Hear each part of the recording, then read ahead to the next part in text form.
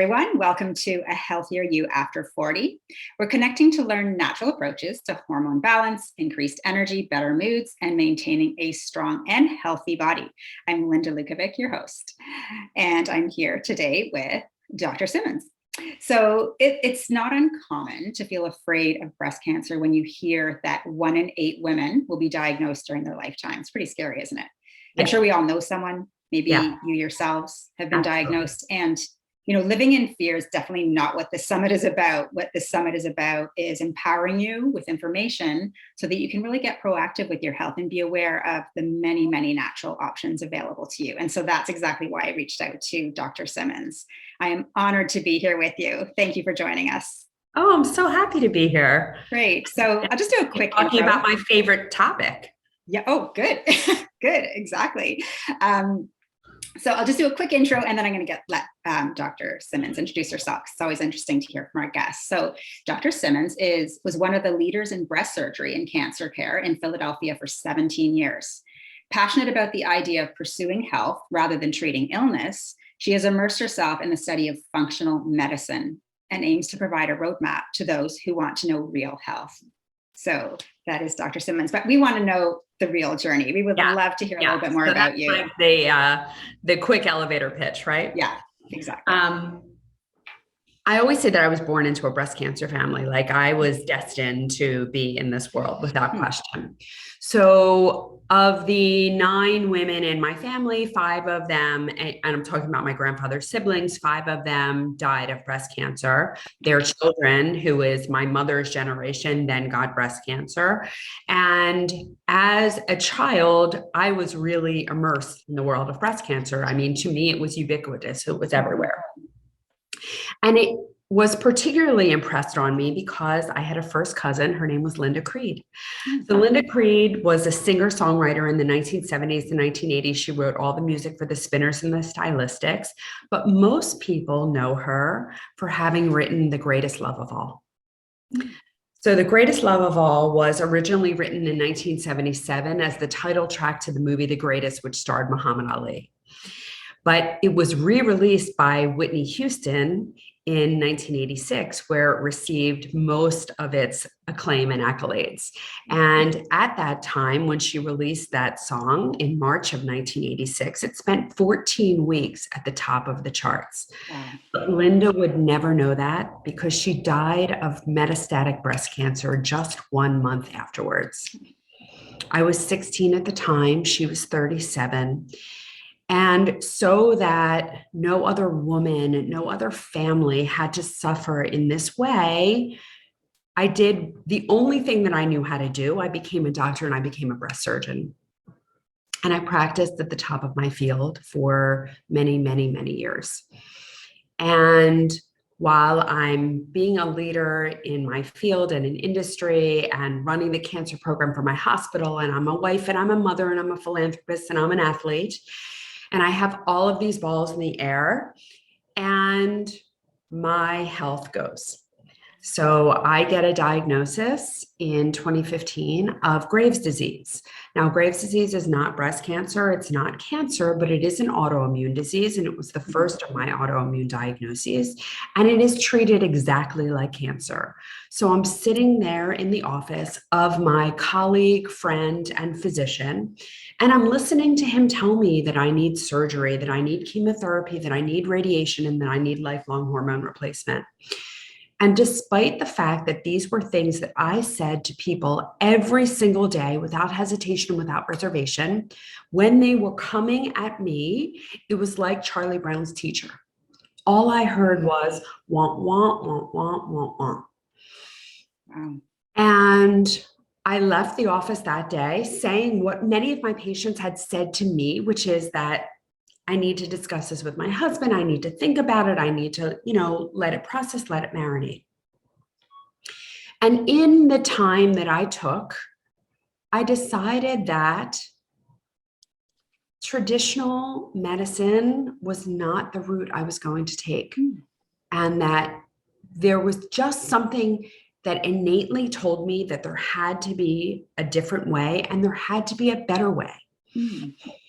And so I went on my own personal journey selfishly. This was not to figure out how to heal the world or cure breast cancer or any of that. This was, how do I avoid surgery, radiation, and chemotherapy? And I found my answers. It wasn't immediate. It was a journey like anything else. But at the end of that journey, I had trained in functional medicine, became a certified functional medicine physician. And I learned how very broken our traditional medical system is. So for instance, in the instance of my thyroid or in the instance of breast cancer, where all the focus is on the tumor and there is no acknowledgement, focused thought as to why the tumor got there in the first place. Because cancer is a result of imbalance. It's a manifestation of imbalance, but the cancer is not the imbalance. And therefore, focusing on all our efforts, targeting the tumor is the wrong thing. Now, I am not saying that there's not a place for traditional treatments, because by the time you need surgery, radiation, and chemotherapy, your sink is already overflowing, right? So we need to mop up the floor, and surgery, chemotherapy, radiation, that is mopping up the floor. But the far more important thing is unclogging the sink. Turning the faucet off. Whatever that is causing your sink to overflow. And it is the very same thing with people who receive a breast cancer diagnosis. So yes, sometimes you need surgery and sometimes you need radiation. And sometimes I would even say that there is a place for chemotherapy. But the far more important work is to figure out why you got breast cancer and to figure out how you're going to live your life differently after your diagnosis than you lived your life before your diagnosis. Because unless you do, there is nothing stopping the breast cancer from coming back or having a different manifestation of that inflammation that drove the disease in the first place. And statistically speaking, most women who get breast cancer don't die of breast cancer. Statistically speaking, most women who get breast cancer die of heart disease. And that's because it's that same root of inflammation that drives this manifestation. Wow. That is so interesting. And thank you for sharing your story. I think, we're all very grateful that you listened to your intuition, right? Especially being a doctor. And that's your comfort zone at that time. But you knew there was more. And I think a lot of us do as well. And so that's amazing. Super. So I should say that I have completely walked away from surgery and that I solely practice functional medicine now. I have 100% virtual practice called Real Health MD that you can see up here. And you'll see the link too. And my focus remains on women who are at risk for breast cancer, women who carry a breast cancer diagnosis, women who have had a breast cancer diagnosis in the past, or women who suffer hormone imbalance, which ultimately at the end of that path, most of the time results in a breast cancer diagnosis. So my focus is still remaining in that space. I just have a way bigger and more effective toolbox. Awesome. I'm so glad. And we want to hear more about it. So if for people kind of curious now, how do you approach patients differently as a functional medicine doctor than you would, or that you did as a breast surgeon? So my focus, instead of being on the tumor, is on the individual. It's on the individual. It's on them in their entirety. I am looking not at individual systems, because breast cancer doesn't happen because your breast is bad, right? It's not, it has nothing to do with that. It is the system that is imbalanced. And so I help people by talking to them, by listening to them, and by doing specialty functional testing to figure out what is causing their imbalance, what is driving that imbalance. And interestingly enough, when you look at women who are diagnosed with breast cancer, when you look and you divide them up into early diagnoses versus late metastatic diagnoses, when we look at the early diagnoses, 30% of them have trauma in their past. Wow. When we look any kind of trauma, like any kind of trauma, physical, any trauma. any kind of trauma, 30% of them have unresolved trauma in their past. But when we look at the metastatic diagnoses, 80% of them have unresolved trauma in their past. Wow. And it could be adverse childhood events. It could be things from, I remember I have a wonderful, wonderful patient who came to me. She was diagnosed at 39 with metastatic breast cancer. And at the age of 8, she was molested by 4 12-year-old boys. Oh my God. Oh my at God. Her family owned a ski resort, and it happened at her family ski resort. And she told her parents, and they didn't believe her. Oh my God. That just makes me, I just got chills. That is so awful. Oh, Awful. that is Awful. And so she carried this shame, this guilt, this horrible, horrible noose around her neck. And, no 38-year-old should develop metastatic breast cancer. Yeah. But the body is keeping score. Yeah. And we know what's resolved and unresolved. And unless we deal with these demons, and that doesn't mean that, she had to confront her mother, or you just have to come to some kind of peaceful resolution.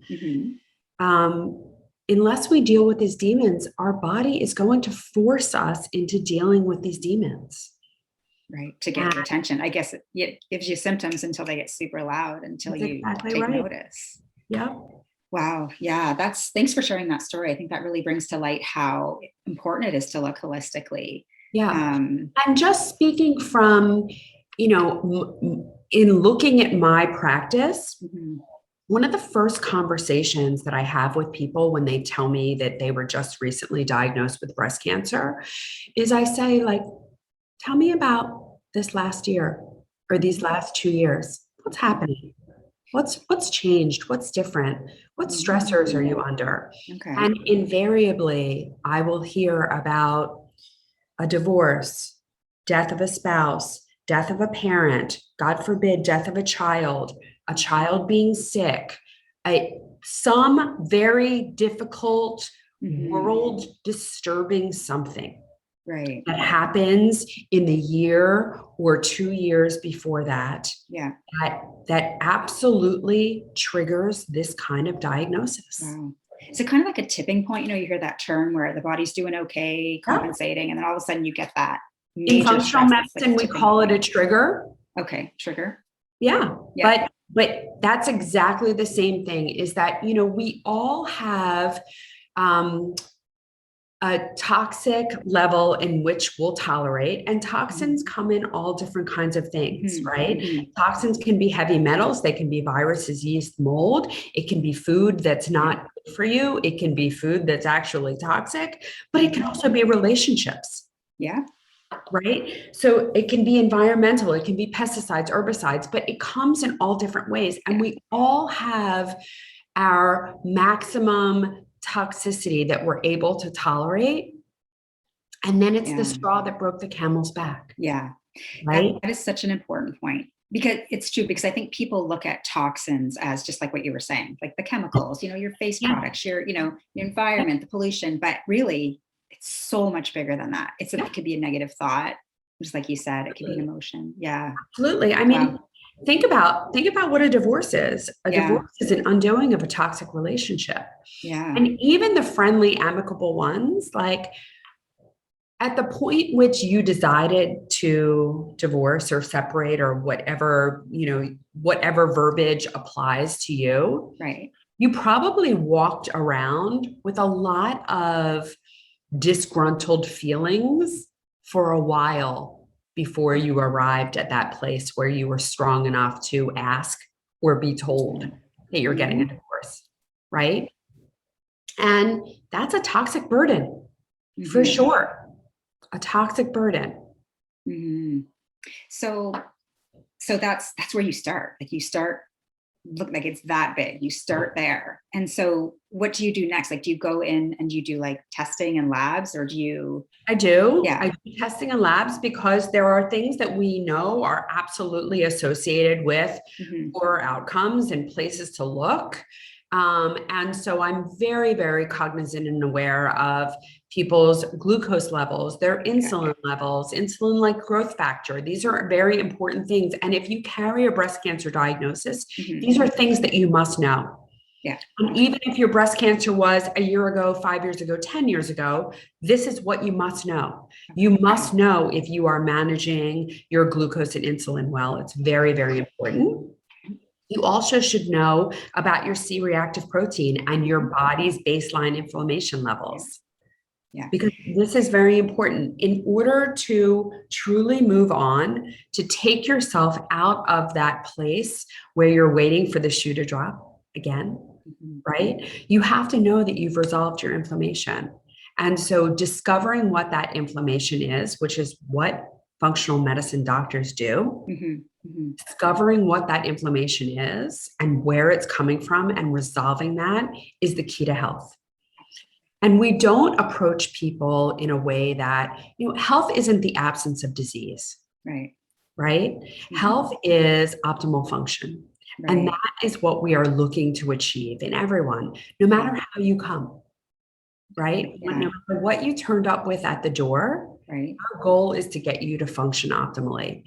It can take a year, 2 years, 5 years, 10 years, right? Breast cancer doesn't happen overnight, and hormone balance doesn't happen overnight. Yeah.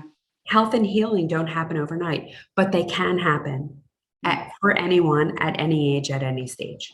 Any stage. Okay. No, I think that's really encouraging to hear. I'm sure there's a lot of people watching, just really curious about this.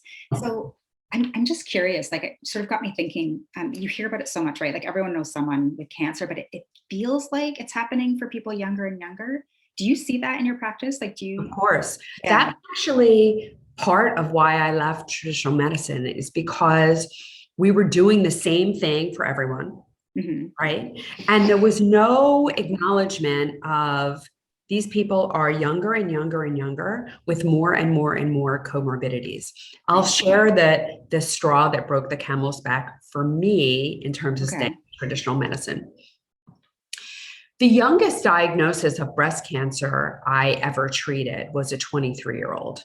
And that was very, very disturbing. But in the same week, I had a 19-year-old woman, I was about to say walk into my office, but that's not what happened. She was wheeled into my office. So she was 19 with a breast mass, and she was wheeled in by her mother because her MS had progressed to such an extent that she could no longer walk 30 feet, which was the distance between the elevator and my office.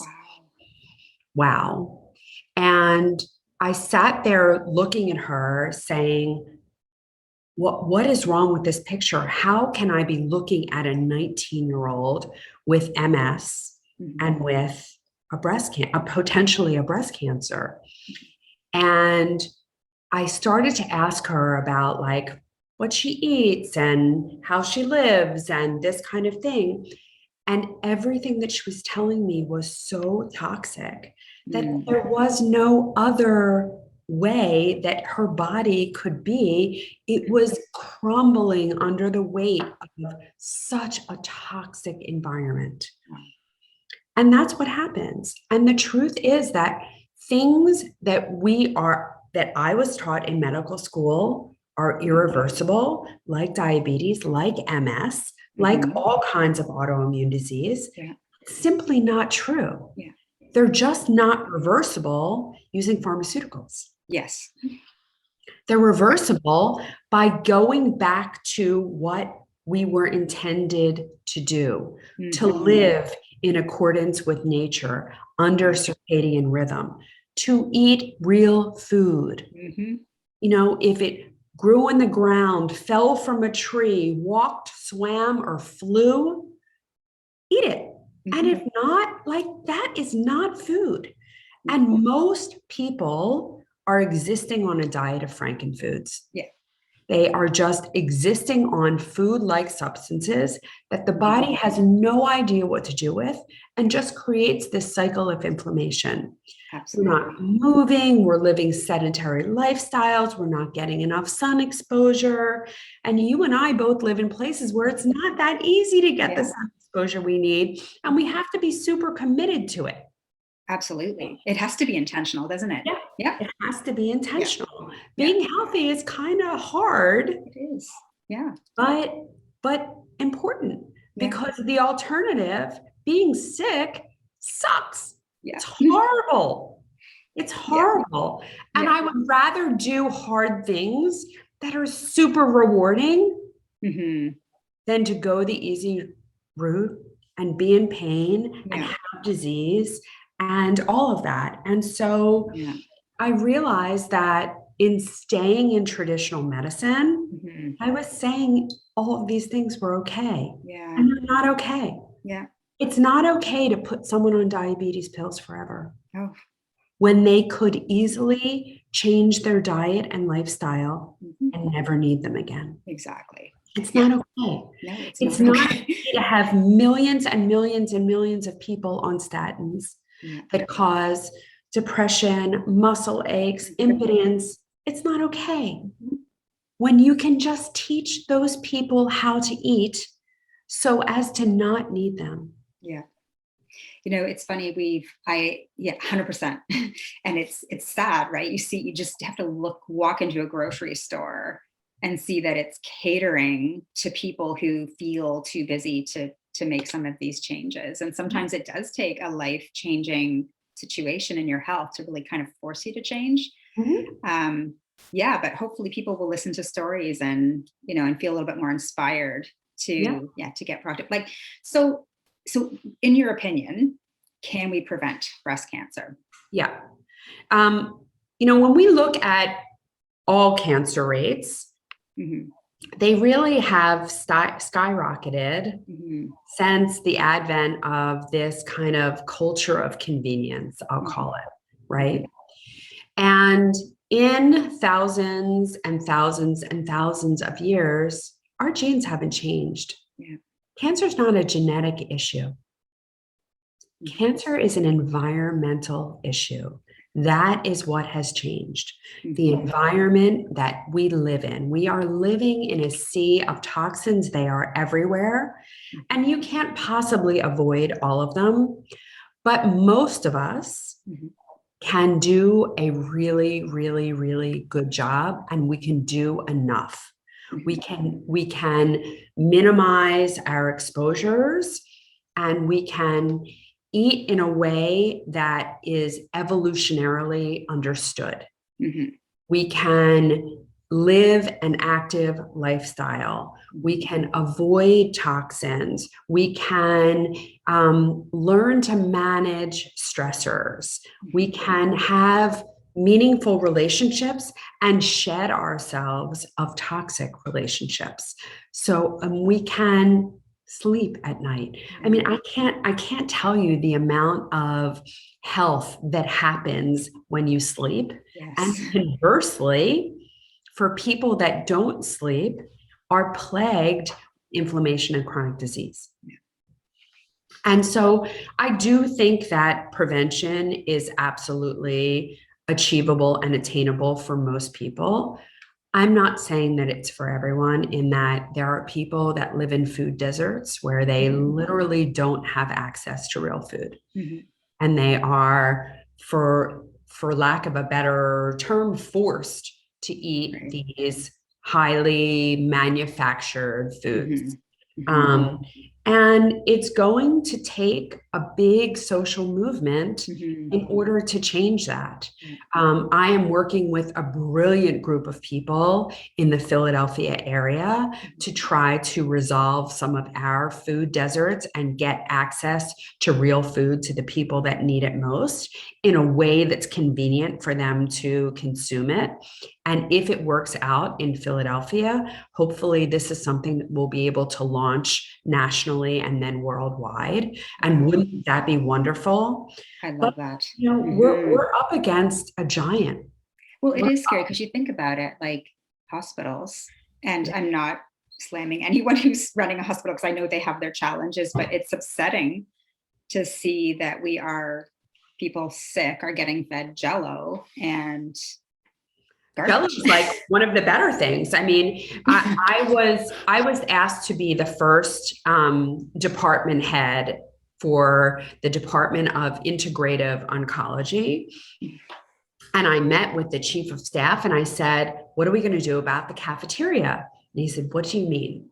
And I said, well, I can't have people waking up from colon surgery and being fed sausage and pancakes. And he's like, yeah, the cafeteria is off the table. And I said, do you mean? And he informed me that part of the grading system, part of the ranking for the hospital is how good the food tastes. And if they make the food too healthy, people don't like it and they get a lower rating. And I said, all right, let me just put that aside for a minute. We have a captive audience. We have people coming in with heart attacks, having cancer surgery, with strokes. Like, we have the opportunity to change the trajectory of their life moving forward. We can teach them at this time how to eat. Absolutely. Don't you want to help them? Don't you want to save lives? Yeah.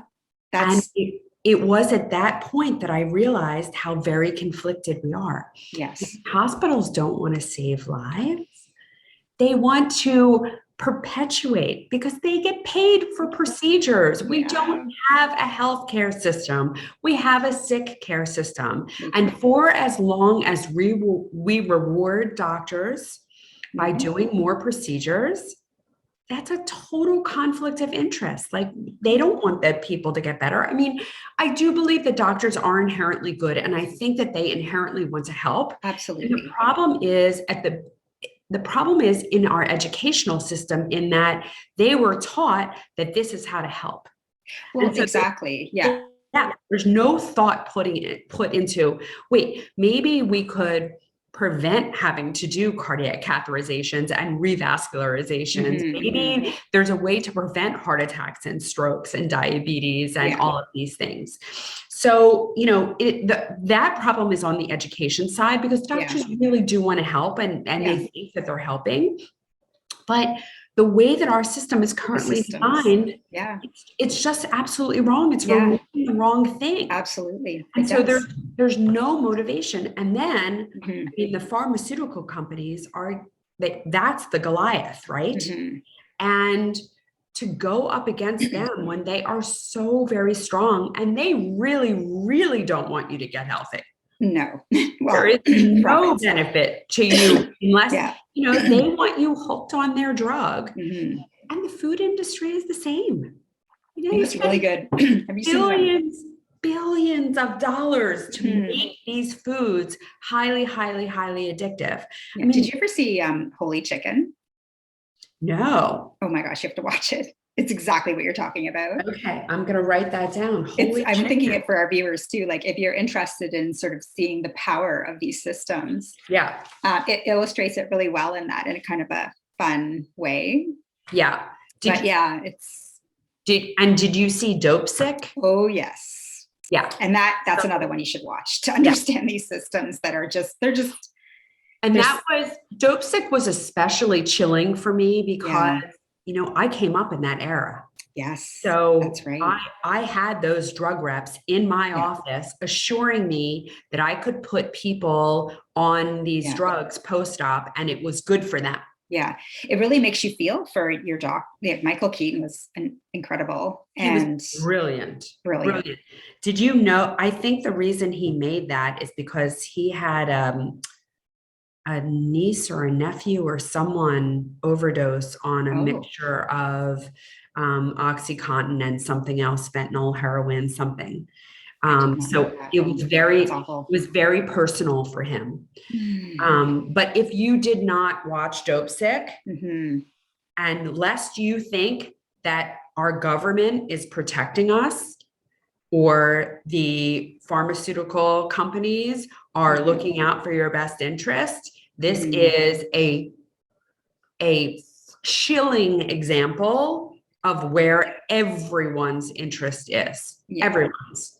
Yeah. And Because that's, yeah. the FDA can be bought, everyone can be bought. And they are. Mm-hmm. They are. Yeah. So Yeah. everything is going to the highest. I know it's really frustrating. That's why, like, I am personally forever grateful for people like you. And there are ways around this, right? You can take ownership, you can get proactive, and you can do your own digging and look at what's going to help you. So I know you kind of already talked about this, but are there any other risk factors that are signs that you may be at risk for developing breast cancer that we haven't already talked about? I should first start off by saying that let's talk about the Denmark study of 1.8 million women, premenopausal women, and they were looking at all forms of hormonal birth control. Okay. And no matter what form of hormonal birth control was used, there was an increased risk of breast cancer. Okay.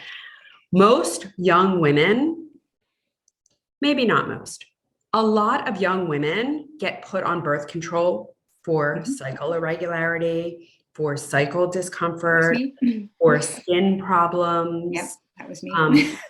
Okay, so adding hormones to an already hormonal issue is not a solution. Yeah. And in fact, further complicates the problem. So if you are someone, first of all, if you're on hormonal birth control, get off. Yeah. Find another way. And Dr. Simmons, this is what a lot of my clients say to me, and I'd love you to speak to this. Oh, but I'm just on a very small dose. Doesn't matter. Okay. It's all synthetic. Yeah. And so your body is, first of all, comes into contact with it and says, what the heck is this? Yeah. Right? It does not know what it is. It is putting more toxic burden on your system. And it is further complicating a hormonal issue. Because if you had hormonal balance, you wouldn't have those hormone related issues anyway. Yes. So for people who have problems with acne, have problems with their cycle, have thyroid tumors, cyclic headaches, they have fibroid tumors is what I meant. Yeah. Cystic breasts, painful breasts. All of these are indications that you are not in hormone balance. Yeah. And there are absolute ways to get there. There are dietary and lifestyle ways to get there. And as you go from, those teenage years with the things that we just talked about into your 20s and 30s, if you have issues with fertility, that is indicative of hormone imbalance. And so if you have these manifestations at these different decades, eventually that manifestation of hormone imbalance is going to be breast cancer along that spectrum. So despite everyone's attention on the BRCA gene and gene mutations and that really being the major risk factor, we're talking about a very, very, very small percentage of people who eventually develop breast cancer. That's somewhere between 5 to 10%. And in my experience, it's closer to the 5%. Interesting. So most people that get breast cancer don't have a genetic predisposition, but that they grew up in the same house doing the same things with their mother who developed breast cancer. Yes. And that mother grew up in the same house doing the same thing as their grandmother before them. And so, lifestyle. Yeah. To me, breast cancer is more of a habitual risk than it is a genetic risk. Right? And so being aware that if you have signs of hormone imbalance in your teens, in your 20s, in your 30s, you are at risk. Without question. And those are those subtle whispers. Yeah. Right? That's your body trying to tell you that what you're doing is not working. Yeah.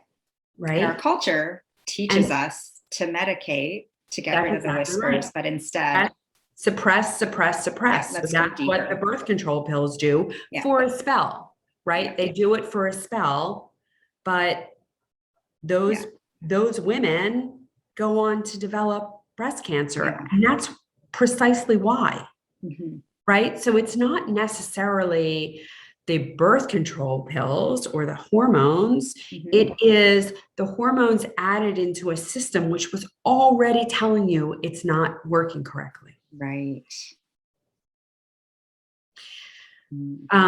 And so I think that the main thing that we all need to do is have an awareness, Mm-hmm.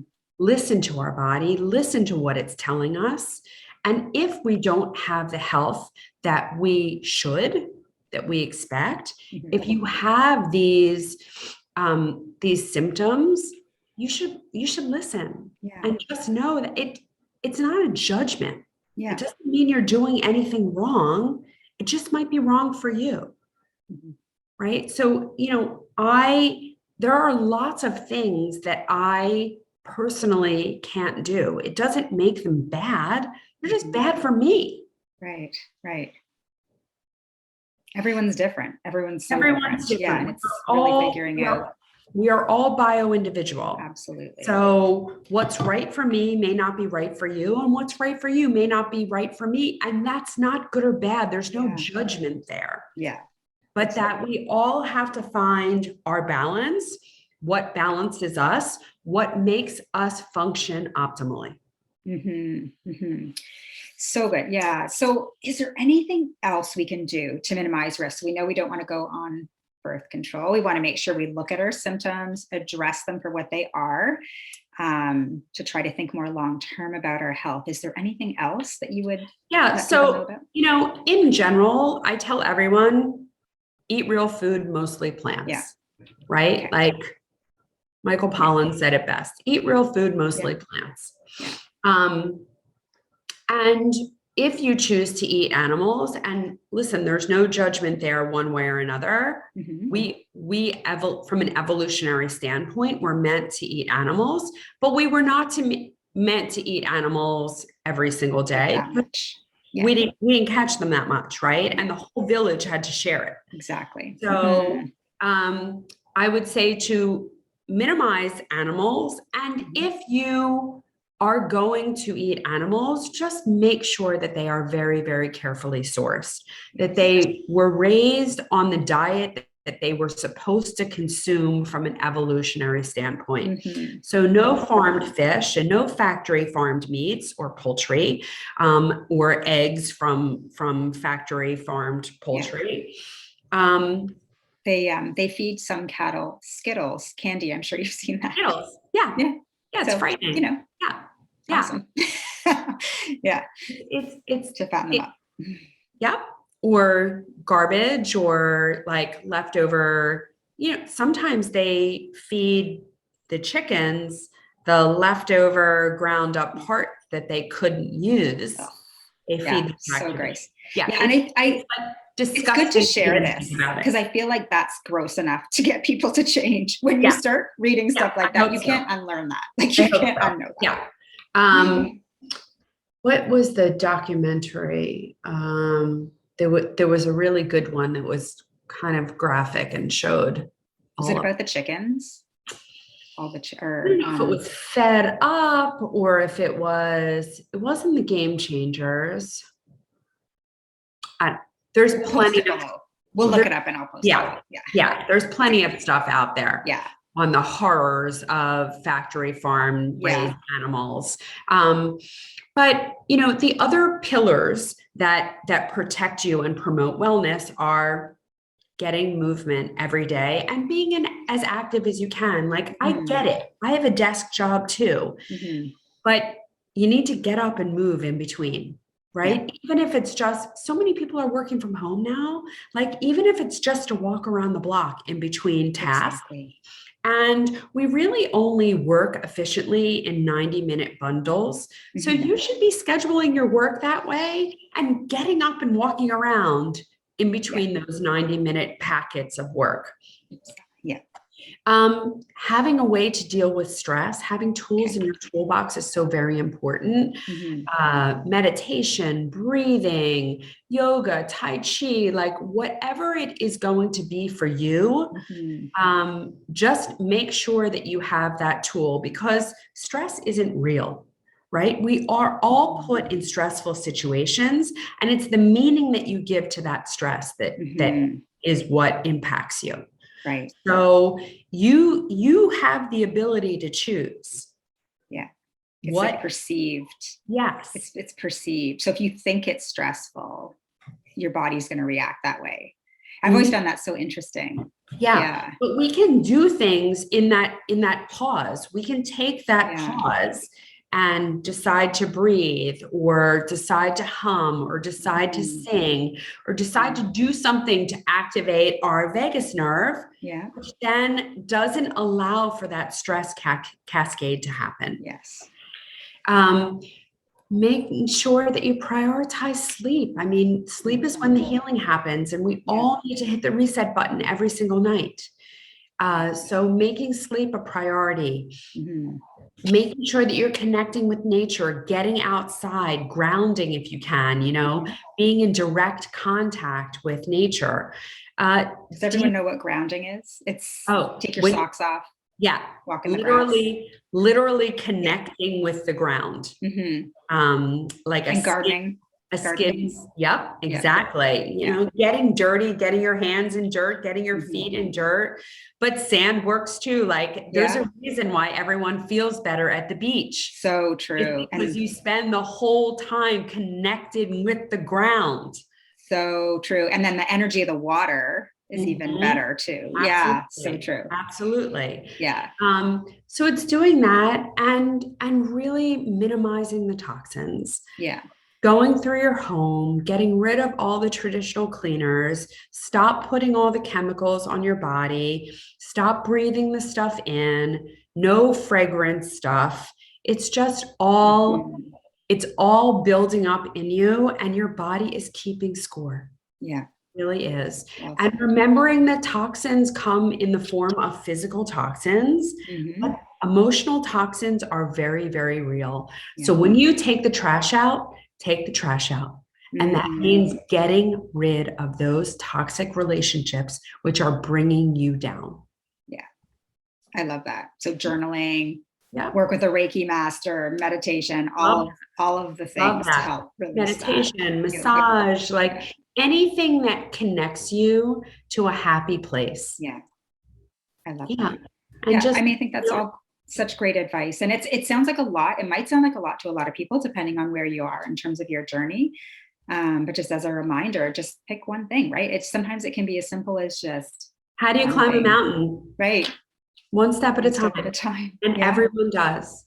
Everyone does. So start with something small and make that a habit and move on. Yeah. And these habits, these good habits, they actually continue to build. So, like I say, once you have that diet down, then make sure that you're adding in the things that are important, right? Like throw in your 2 tablespoons of ground flax every day. And once that's a habit, make sure you're getting your broccoli sprouts. And, there are always things to build on. Okay. And, if you're not exercising, start with exercising 5 minutes a day. Yeah. Go to 10. I love that. And work your way up. Yeah. But it's not all or nothing. Yeah. Maybe while you're watching this video, do some squats, right? Yeah, so absolutely. Absolutely. And it's not all or nothing. Yeah. I love that. That's so important. Now, Dr. Simmons, just like one final question, if you can squeeze it in. What if someone got a diagnosis? Like, what would you say is the first thing that they should do? Yeah. So absolutely do the amount of investigation that you need to do to feel comfortable. Some people can't imagine not going the traditional route, and that's fine. Go the traditional route. But remember that traditional route is not going to change anything in the long run. that it does impact your short-term health, but has no impact on your long-term health. So do your investigation. There are some wonderful books out there, like The Metabolic Approach to Breast Cancer by Dr. Nasha Winters. There are others, and I can certainly put it in the notes. And then, God willing, my book will be out very shortly. Oh, okay. And that will be a tremendous resource to those who are recently diagnosed. But I do have a course that is helpful to anyone along that spectrum. If you're looking to prevent a breast cancer diagnosis, if you've just gotten a breast cancer diagnosis, if you were treated 2 years ago, or if you have metastatic disease. So my course is called My Answer to Breast Cancer, and it is a 12-week course that gives you every single thing you need in order to promote your health going forward, take charge of your health, take your control back. Amazing. So where can they find this? Yeah, so that's right on my website, Real Health MD. Okay. And you'll go to my programs, and it's called My Answer to Breast Cancer. Thank you so much. You are brilliant. Please keep doing what you're doing. This has been so informative. I hope everyone has learned just as much as I have. So be sure to click the link below and visit Dr. Simmons' website to get more information. Any final thoughts before we sign off? No, I just want to remind people that, again, it's not all or nothing. And that if you receive a diagnosis, the most important thing is to take stock, look at your life. It's not a blessing, but it is an opportunity. It's an opportunity to live your life differently after your diagnosis than you lived before. And the vast majority of my patients find themselves in the best health of their life after their diagnosis. Amazing. Exactly what you did. You took a trauma and you turned it into an amazing gift. So thank you. I think that's a great way to end it. So thank you so much for spending time with us today. It was great seeing you live. My pleasure.